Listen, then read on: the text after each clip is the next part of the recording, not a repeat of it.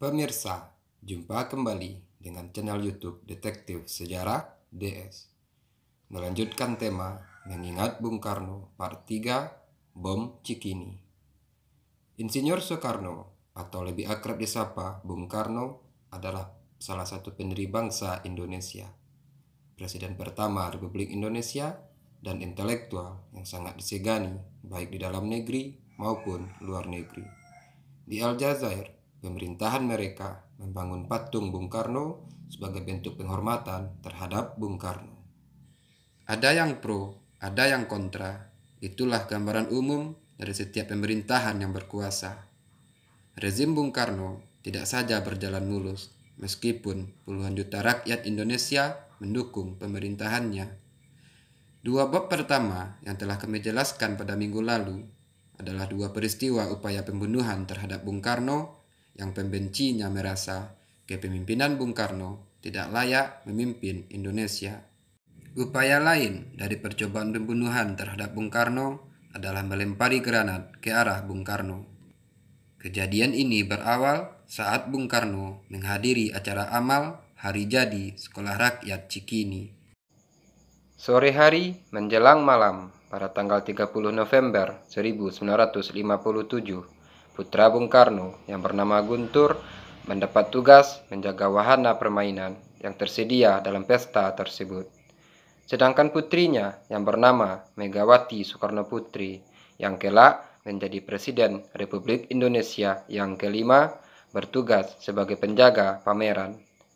Putra-putri Bung Karno ini memang bersekolah di Sekolah Rakyat Cikini.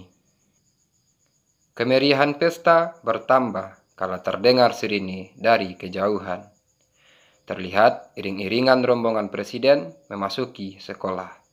Bung Karno tiba dengan mengendarai mobil Chrysler Crown Imperial Indonesia 1. Kehadiran Bung Karno bukan hanya sebagai orang tua dari Guntur dan Megawati.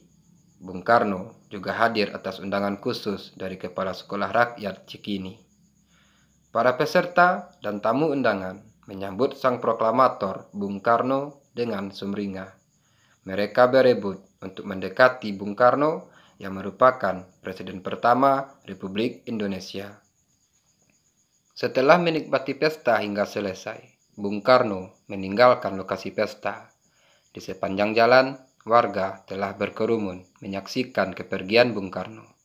Tiba-tiba terdengar ledakan hebat yang berasal dari lemparan granat yang diarahkan ke halaman sekolah.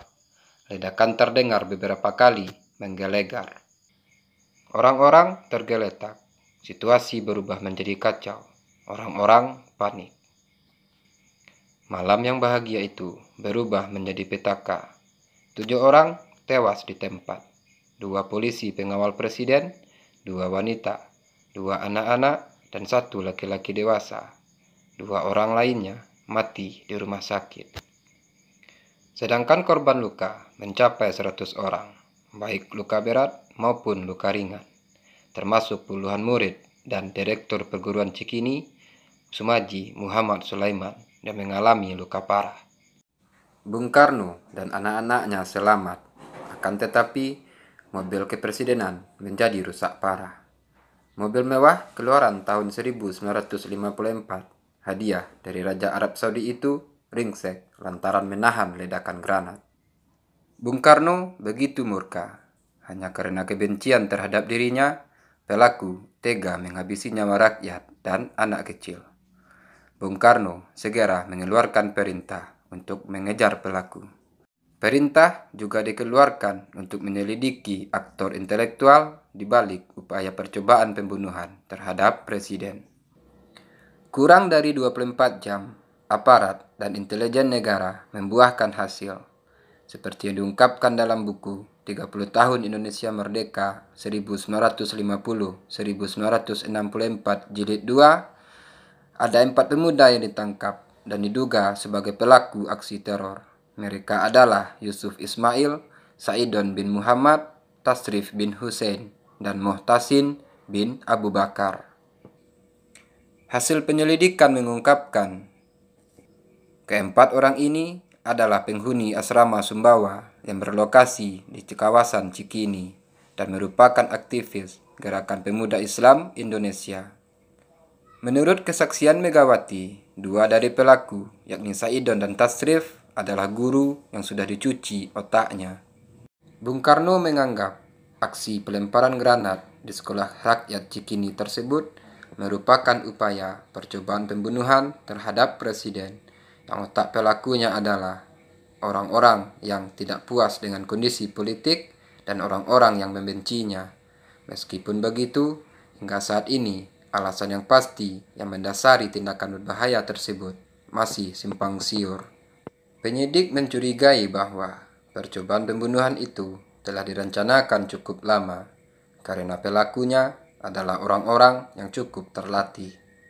Sebelum menjalankan aksinya, pelaku terlebih dahulu berbaur dengan masyarakat yang telah berkerumun di pinggir jalan untuk menyaksikan rombongan Presiden. Rencana yang disusun cukup matang. Lemparan granat pertama adalah untuk memantik kepanikan dan mencegah Presiden untuk berlindung di dalam gedung. Granat kedua dilemparkan ke arah mobil Presiden dan rombongan untuk membunuh para pengawal. Granat ketiga dan keempat disiapkan untuk dilemparkan ke arah Presiden. Pelaku memprediksi setelah ledakan pertama dan kedua, Presiden akan masuk ke dalam mobilnya untuk berlindung. Prediksi pelaku tersebut salah. Presiden Soekarno tidak masuk ke dalam mobil untuk berlindung. Akan tetapi, para pengawalnya membawa Bung Karno ke seberang jalan dan berlindung di salah satu rumah.